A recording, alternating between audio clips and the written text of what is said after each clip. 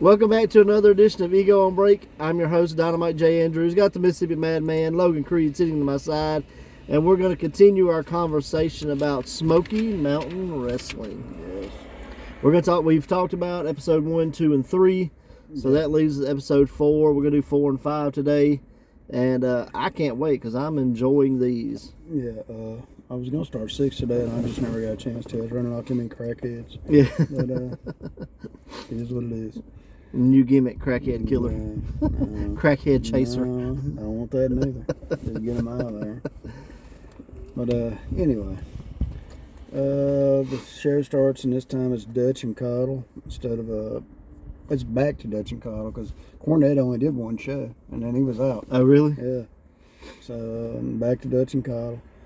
But the first match is Tommy Angel versus Hector Guerrero. This was good. Yeah. I'm a big fan of Tommy Angel. I don't think they done a lot with him, but I sure hope they did. I think. Wait a minute. Was he on the second show? He's been on one other one, I think, or he's on maybe 4 and 5. Yeah, no, he's on the next one. Yeah. But he's the driver guy, but he's a good. He's good. Guy. Yeah. And I think we're gonna see maybe coming up like Ricky Nelson, and I was like, those two guys for like similar build, similar hair. Like, give me those guys as a tag. I'd be cool with that. After some of this booking, I wonder. So, but who won? Hector with a rolling roll up. And was it? It was like a wheelbarrow roll up type scenario where he ran around, rolled into a circle. And right, kind of got him dizzy or whatever. Yeah. Was it me or did like Hector Guerrero look like beach bum? Like the worst, like, hey, we're gonna put you on TV. Come out in your best. No, let's not. Let's come out in the most random crap we can find. He had like black tights and then some short tights over them. Yeah, and then like it did not look long good. White knee pad. It was horrible. I was like, you got a good build, but your gimmick looks like crap. Like, we got guys that come to our shows that don't, you know. I don't he's the equivalent of like the Walmart wrestler who bought all his gear at Walmart. And it's a name. Yeah, his was more like I bought it at the discount grocery store. I was the only one thought that. I didn't want to say nothing, but yeah. I honestly, you know how like we had the guy that's not supposed to win before, with the Black Scorpion or whatever.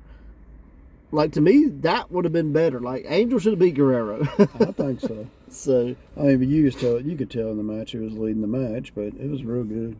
Yeah, but overall, I enjoyed the match. Yeah. Next was Ivan and Golden promoing on the Fantastics. And boy, can you tell Golden's a southern dude. Hey, I'm from Alabama. Boy, whew, what a draw.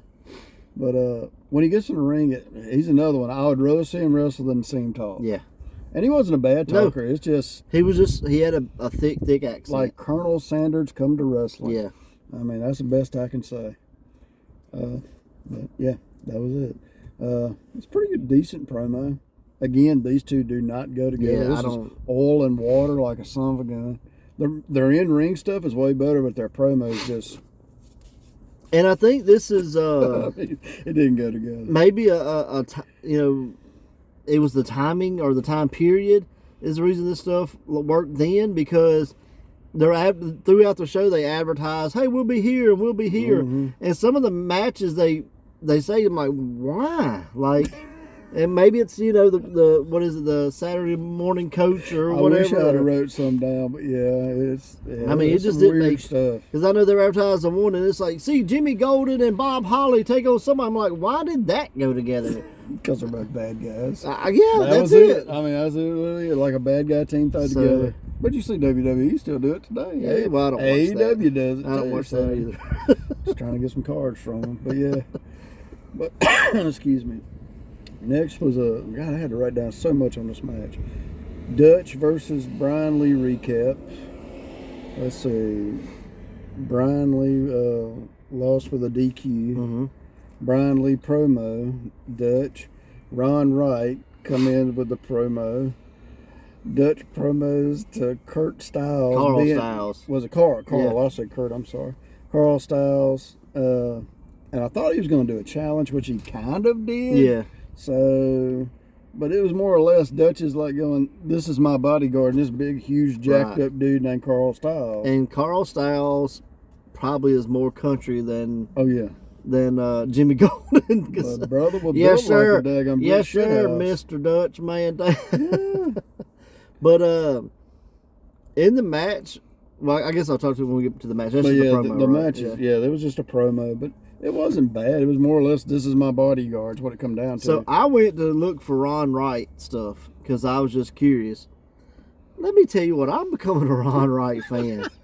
Like, holy moly. Like, talk about, well, like, I felt some of the stuff like when he was young. When he was wrestling? And so him and his brother, they were tagged like Ron and Don Wright or whatever. Oh, okay. But, like, you ever see these movies where it's like, they're impersonating like Elvis or like Jerry Lee Lewis or something, and they're just kind of like the guys in the background? Mm-hmm. Ron Wright could have been one of those guys. Big old long sideburns, pointed out, real skinny glasses. I mean, man, but the dude, like, if you get past the southernness of his accent, dude could talk. You got to realize where it was, too. I mean, we talk about being southern. I mean, hell, we're in Mississippi, but man, they make us be like, that's not even close to southern.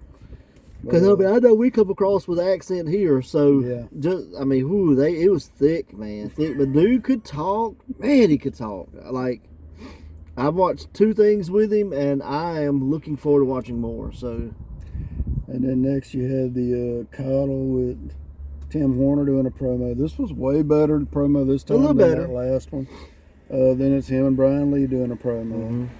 And Robert Gibson, like all of them in the room, and all they're doing is promoting. These are the stars of our show. Yeah, come see them at our show. Live. We love you, and you can't do it without the Smoky Mountain fans. And did you really think it was necessary, or was it just a thing they did back in the day? I think it was just. Do you think that would work today? Yes, if you jazzed it up. Okay. Does that make sense? Yeah, because it was. Because the NWA does a little something similar. But I think they're new school pretending to be old school, where I think if you were just had that old school feel, but you kept it new school, I think it would work. Yeah, I guess so. I mean... But they come in and say, like, you'll see me at the show. I'll try hard. Yeah. You know, I mean, that's really what they're saying, but it's just... But it was just basically going, I'm a good guy. Yeah. I'm a bad guy. I'll be there. You can see me. I'll probably shake your hand and sign your baby or something. Yeah. So, yeah. But, let's see, next is Ron White with Brian Lee. Brass Knuckles promo. Oh, when he, because Ron White passed Dutch Brass Knucks. And Brian's wanting his revenge on Ron White. Which is weird, wanting to beat up a guy that needs a hip surgery and a wheelchair and all this. And it's funny because, and this may be the promo we were talking about, I'm in this wheelchair because of people like Brian Lee who could just beat on me with steel knuckles and brass chairs and blah, blah, blah, or whatever. That's it. And he's complaining and complaining. I'm like, well, you passed the brass knuckles. You know, you kind of deserve this. Yeah, but I didn't give them to him to hit me with. I mean. But yeah, next was Ricky Nelson versus Killer Kyle. The finish is he reversed him into the corner where the violin case was laying in the Finally, we get to see the violin case get used. I was wondering, I'm like, what are they going to do with this? Ricky Nelson wasn't bad. Like, again, give me him, give me the guy at the beginning, Tommy Angel, and I'm like, shoot, man, like, there's your new Midnight Express right there. And Ron Wright was at the ringside. He didn't really do anything. He was more or less still scouting. Yep. I'm expecting him to have this big group at some point. I hope so. I mean, I don't know what they're called or what they will be called. Now, this was about boring as a song. I don't know why or how this made TV. But Tim Horner gets a reward on television from the town? Yeah, it was like Hawk or something. It was like Hamilton County adults working with kids or something. I get it. I mean, that's cool, but like, why did that make just TV? Trying to make him be a babyface. I mean, yeah, that promo didn't help him. So well, Jim Cornette said if you had a babyface and he didn't cut promos, he wasn't a babyface. And then Hollywood Bob Holly cut a promo about Jack Nicholson And I loved it. I come this close cutting off because it was I loved it. bad. I was like, that's good. I saw Jack Nicholson riding down the road, and we just stopped. He said Hollywood because that's what he calls me. He calls me Hollywood. You clearly just see Jack Nicholson walking all over, Hollywood back. You may have in 1990. I mean, it's like, what are we talking about? It's good stuff, man. It was awful. It was awful. I loved it. That was straight up. I would love to see Bob Holly watch this stuff and give his reaction. Yes, that would be amazing. My God, what did I do here? Yes. I mean, they really should do some stuff like this. Say, there's a thing like in the major wrestling figure group people or whatever where they talk about Bob Holly goes, whole thing sucks. Like, that's probably what he would say about his own stuff. Whole thing sucks. It was just so weird. It made no sense. You knew it didn't happen. It was dumb. Well, I mean, he did go out to eat with Julia Roberts. Yeah, Julia Roberts, clearly. Jack Nicholson. We're just on the side of the road having a conversation. I mean, he's Hollywood. Times have changed, man. Then you had Brian Lee versus Brad Anderson. I'm trying to remember what Brad Anderson Brad Anderson is the son of Gene Anderson, right? Yeah. I think they say that. Down. They did say it. It wasn't a bad match. Brian Lee gets a win. I'm becoming less and less of a fan of Brian Lee from a work break. Like, and there's one clip they show where they're advertising, like, let us come to your school, where he's doing like, lazy and he walked over. Yeah. And I'm like, why? Why they made the highlight real out? No clue. And they keep it in there. I know. Over and over. But after the match, Dutch and Styles comes down with a fight. Just kind of like an after-match brawl. So Brian Lee goes on to be who? A Faker Taker. Faker Taker, and wasn't he Chains? Yeah, Chains. So, and he was Brian Lee in ECW. Yeah, and TNA. Well, like his biggest two things was considered like the ECW where he choke slammed Tommy Dreamer from the top and threw like, I don't know how many damn tables. A lot. A buttload of them. And then probably that and the Chains and the Faker Taker. Yeah, and then he did a lot of stuff. In TNA, he was like part of Disciples of the New Church with Slash or whatever. About 2 or 3 weeks. Yeah. So, next is the main event. It's Ivan and Golden versus the Fantastics. This was okay. Yeah, the Ivan and Golden win. I'm trying to remember how they won. Wasn't it Vladimir comes out and that's right. He boots him in the back of the head. Yeah. That's what I was looking for. I was like, oh yeah, Vladimir boots from behind. He brings in a boot literally and hits dude from behind. I think it was Bobby. His plane had just landed. He just made it to the building in time from his private business in Russia or whatever. So you got a 3-on-2, and then Tim Horner comes in and makes a save. Did you watch it like after the credits rolled? Like, it kept going. They kept fighting. And this is one thing that doesn't make sense with me, and I'll talk about in the next episode. But it was those three. It was the Fantastic Tim Horner. We done seen Fantastic Tim Horner, and then they're advertising who will be the third man for the Fantastics match. I'm like, why is it not Tim Horner? I don't know who it is. Like, I haven't made that far, but if it's not Tim Horner, then why? Because he was there and he was a good guy. But he had already been in promos with them, and like, he's the third guy in this fight. It wasn't them two; it was all three of them. So I hope he is, but I highly doubt he is. So, but after the match, again, to me, I'm like, end at the match. This is awesome. This is cool. But they go to a Ron White promo again, and I'm like, and it's on his search. I mean, I think the brawl should have been the end. Like, we're out of TV time, and we're going to try to break this up, and we'll see you next week. Y'all should put his promos at. I mean, he's not a bad promo, but like, why are you? Well, we done seen him once, So like, you could have just. But they put him on over and over and over, man. And in that show, bro, there was so much promo work. Yeah. You got more promos almost than match in this. Yeah, it was a lot of talking. So, I'm not saying that's bad, but the matches were basically job guy name, job guy name, job guy and name, then one main event. I mean, that's what they did back then. Mm-hmm. But yeah, it wasn't a bad show, but just saying. All right, now this is episode 5. It starts with Coddle and Dutch again. And Dutch, man, he gets terribly sick in this damn sick. show. He gets sick and just can't do what he has to do. I think I might be coming down with what Dutch had. He got the COVID back in 1991. So he said, I think I got what George Bush has. That's what he said. Darryl was like, what? Got that Chinese swine flu. But we were not very politically correct back then. if that's where it come from, it's where it come from. But Barry Horowitz versus Nitro Danny Davis. First we get to see of Danny Davis. Yes, as Nitro. As Nitro. Wrestling. So, good match, actually. Yep, wasn't really bad. Good match. Honestly, I like Barry Horowitz better in Smoky Mountain than I have anywhere else I've seen him. I think this is like pre-WWE jobs. Like, I'm not sure. I think it might be in the middle, honestly. So Because he was always all over the damn place. Mm-hmm. He just never was that name guy. Yeah. This was a really good match. I really think he should have been something. And in here, Barry had him in the inside cradle, and it was 1-2, and then Danny reversed it. He just rolled it over. So it was a great finish. Yes, I really enjoyed that. I'd never really seen a lot of Danny Davis wrestling. It's probably one of the only because I've seen tag stuff, but right. But it wasn't like this technical kind of stuff. They were. I dig it. Yeah, but it was really good. I can see why he put out so many good wrestlers back in the day. I mean, I really can. But yes, inside cradle, and the way, like you said, the way it just rolled back over onto him, that was really cool. I liked it. It was nice. Then you had Jimmy Golden promoing on Robert Gibson. It wasn't bad. No. Just again, super southern. Super southern. Don't he look like a boxer?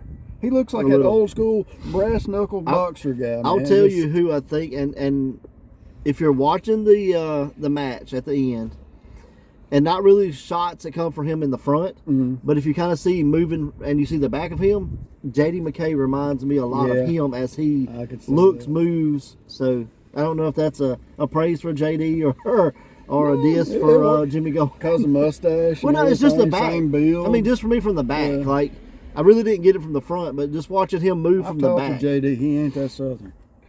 So, but anyway, then you have the Koloff. Yeah, Koloff and Fantastics recap. Let's see, it's a promo with Bob Armstrong finds everyone. I like that. He didn't find one side. He's like, I'm gonna find every damn one. Yeah, that was good because that was part of the rules where if you get disqualified and if you use foreign objects, that kind of thing. But I like the fact that he came out and he said, look, they just got a little carried away. I'm gonna find them all. Everybody $500. And then he gets on the Dutch. He tells Dutch, he says, look, I ain't gonna let him come out here and beat your butt. But if you get in the ring, Brian Lee can come out there at any point in time, which I was like, not during a match. I would have maybe laid that in there. Well, I loved this because it explained why Brian Lee doesn't attack Dutch at the desk. Yeah. So, and then, but then you had Dutch come down with the worst case of whooping cough you've ever seen in your life. Bob cough. I got 105 fever. I was rolling, man. I was laughing so hard during that whole scenario. But Ron Wright comes out. Now, I thought this was kind of cool. It was sappy, but it was kind of good. But he had this letter from a fan. This was amazing. And talking about how this guy was, I could only send you $5, but I sure hope it helps you, Mr. Wright, and hope you get your surgery. And I hope other fans will send you some money. Yeah. Yes. Oh, dude. I know you're a good Christian Scientific wrestler. Oh, this was genius. Yes. Like it was great on so many levels. Not only does it get over the kind of character they're going for, but also it's like somebody testifying that he is really a good guy, and then it's a money grab because I hope all the other fans will send you money. Like it's amazing. He almost reminded me of Brother Love in a roundabout way, talking about with the money part. Yeah. If you could just send me $1 today, we could feed 5,000 children or whatever the hell it was supposed to be. Amazing piece of work. And, if there's ever a point in time I can steal that in an event, no, that'd be awesome, man. I'd straight up. And I'll tell you, I wrote a letter similar to that to Calvin Rose. So I won the Battle Zone Tag Team Championships with Calvin. And, I was like, he, was forced to be with me or something like that. And so I wrote him a note about how thrilled I was, how big of a fan I was, and blah, blah, blah. So I've already kind of done something similar to that, but I loved it. I can't put it over enough. Let's see. Next was Tommy Angel versus Hollywood Bob Holly. Another good match. Tommy Angel is, he's showing up, beats him with a top rope drop kick this time, which looked like it killed that bastard. And Ron Wright was at ringside again. Every Held time Tommy he's Angel's at ringside, yeah, I was going to say, he doesn't always interfere, but this time he grabbed hold of his leg. And I see, and I kind of side with Dutch. Dutch said, "Oh, he must have stepped on him or something." All right, so you couldn't see it well. Think back to when he shook Ivan's hand. Yeah. What did he do anything wrong? No. Was it odd timing? Yes. I think here he was just trying to get Tommy Straighten Angel's his foot. No, I think he was trying to get his attention. Like, hey, let me talk to you. It was just bad timing. You want to help me make some money?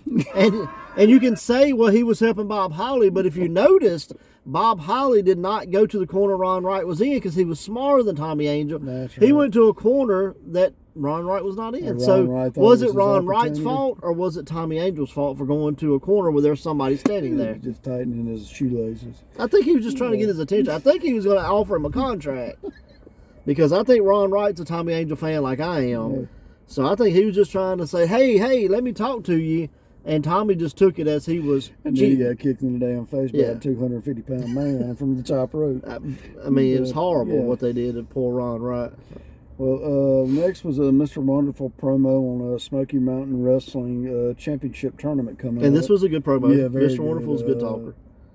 And it wasn't a straight face promo. It was kind of a mix of a heel and a face. But it was in a way. very face-ish Yeah, because yeah, he was yeah, like, yeah. I used to live up here and I recognize some of you Yeah. people. It's good to be back. But some of the stuff he said, you could take it Yeah, away. it was the other way. seeds. You know? Yeah. But he was a little upset because they banned his finisher.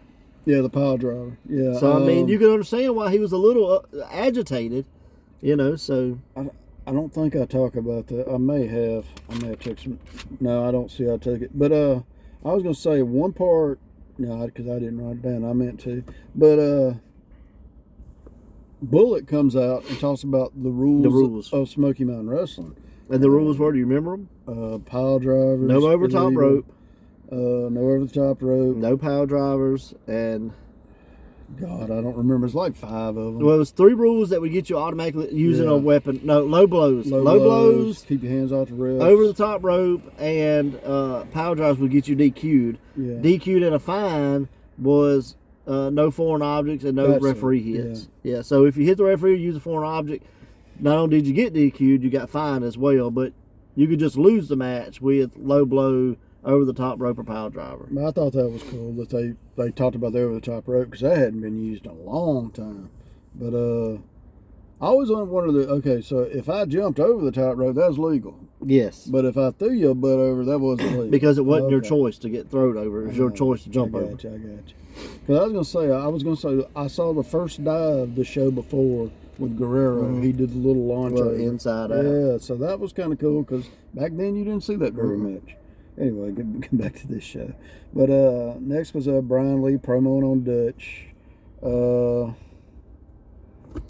And Brian he has a good closing line. You're not ready for prime time. Yeah. But I hate to tell him, he wasn't either. No. Because he was like deer in the headlights. Like, I'm Brian Lee and it's prime time. And like, he was awful at promos. And again, he probably hadn't been wrestling 6 months. Who knows, But great catchphrase. Cool name. Primetime Brian Lee was a great name. He was kind of like Hollywood Bob Holly, being from More or Hollywood, less, yeah. like it wasn't believable. Like, No.